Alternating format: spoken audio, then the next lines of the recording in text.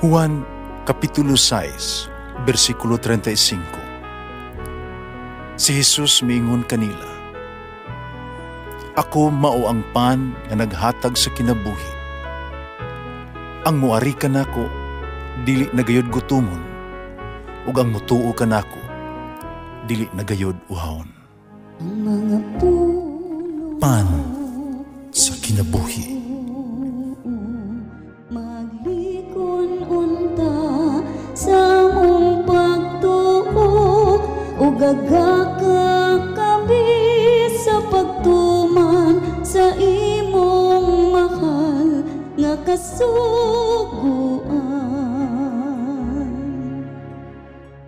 Ang ginumanaa kaninyo. Santo sa Ebanghelyo sumala ni San Juan.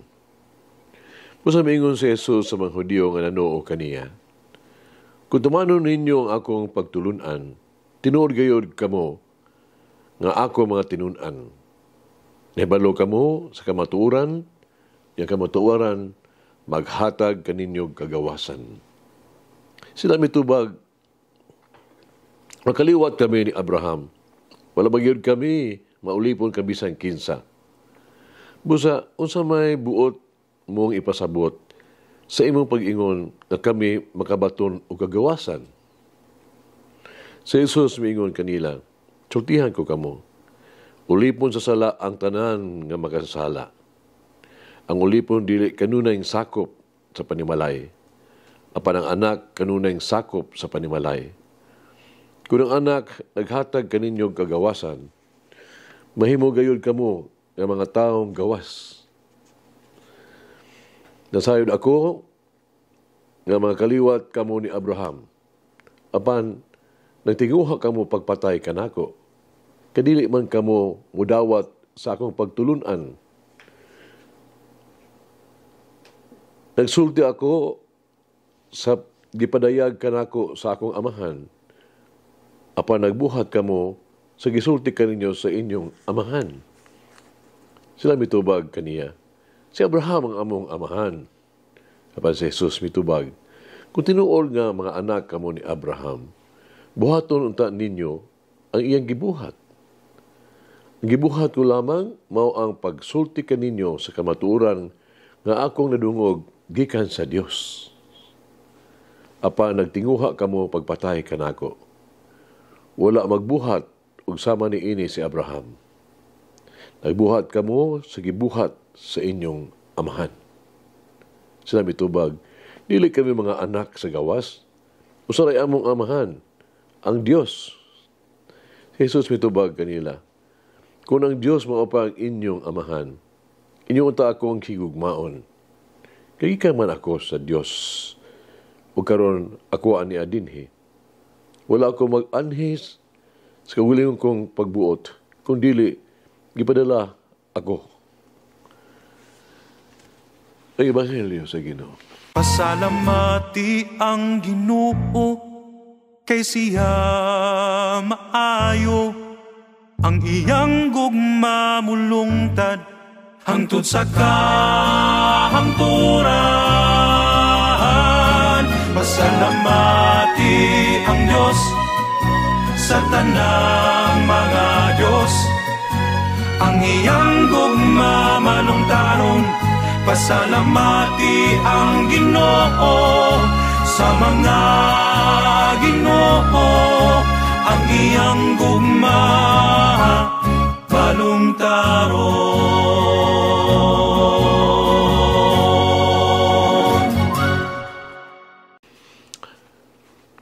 Ang Webster Dictionary defines, naghubit sa kamatuoran, truth, isip pagpahiuyon sa realidad, facts and reality.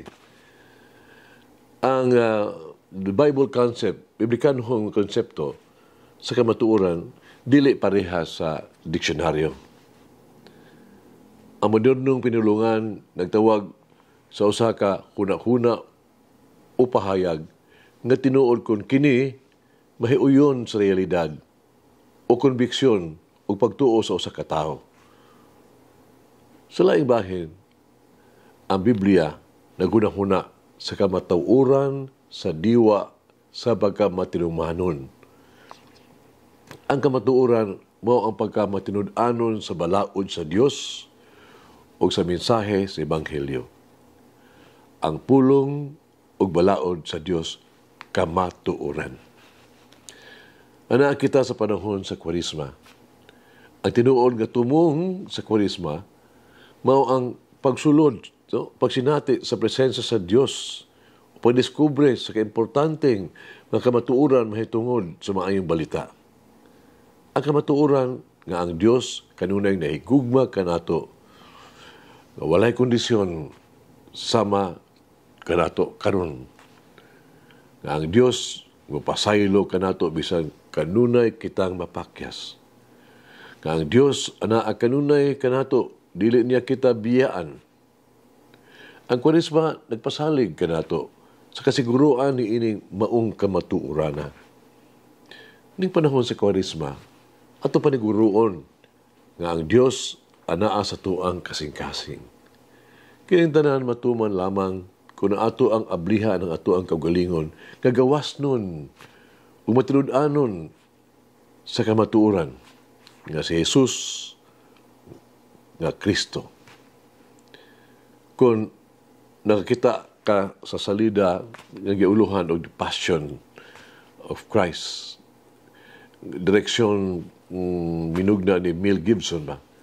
Sa senaryo, mga tandog ayo ka nato, ang kadtong paghinabi ba ni Pilato og ni Jesus og unya paghinabi sa ni Pilato siya asawa nga si Claudia, diha nga sila gihukman nila siya si Jesus.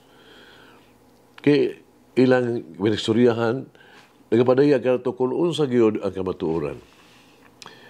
Si Pilato, mingon, ngadto ni Kristo, ikaw ba ang hari? Si Kristo mitubag, mao, nga ako na tao, aron sa pagmatuod sa kamatuoran.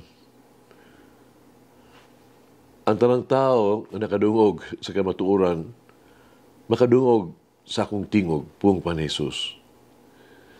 Si Pilato, mingon, kamatuoran? Unsa man ang kamatuoran? Human si Jesus gikuha gikan sa tubangan ni Pilato. Ato ang nadakitang nadungog nato. Apas kinultian na ni Pilato uban siyang asawa nga si Claudia. Pumpa Pilato, unsa ang kamatuoran, Claudia? Nakadungog ka ba ni ini? Nakaila ka ni ini? Sa diha na kinigisulti? Tuba ba ni Claudia? Oo, nakaila ako. Ikaw? Pilato mitubag, unsaon? Makasulti ka kanako. Si Claudia niingon, kung dili ka makadungog sa kamatuoran, wala makasulti kanimo. Mangisod mag-ampo kita. Minahal nga Dios, sa panahon sa Kwaresma, tabangi kami, kamong itutok ang mga mata kang Jesus. Tabangi kami, paggahin og mga dugang mga panahon, oras, pagigsulti, ug pamaminaw sa imong mga pulong. Tabangi kami, ipaambit namo sa isig usa, nga na uban sa kasing-kasing nga nagbasol og sa mga higayon nga kami makasala kanimo. Amen. Mama Mary, lead me to the freedom of God's trust. Mulangin ang Diyos magagahom sa tanan, Amahan, Anak, Espiritu Santo. Amen. May the Lord of the divine mercy bless us all, heal us from all diseases and suffering. Ayun unta niya kita, tanang mga sakit na sa lawas o sa kalag, body and soul. In the name of the Father, the Son, and of the Holy Spirit. Jesus, I trust in you. Amen. Whoever eats the bread of life will never hunger, says the Lord. Kay galaan inyong nabati ang pagpaambit ug hamubong pamalandong sa pulong sa Dios pinaagi sa tulumanon. Pan sa kinabuhi nga gidumala ni Monsignor Daddy Silva. Hangtod na usab sa sunod higayon, daghang salamat. The bread of life.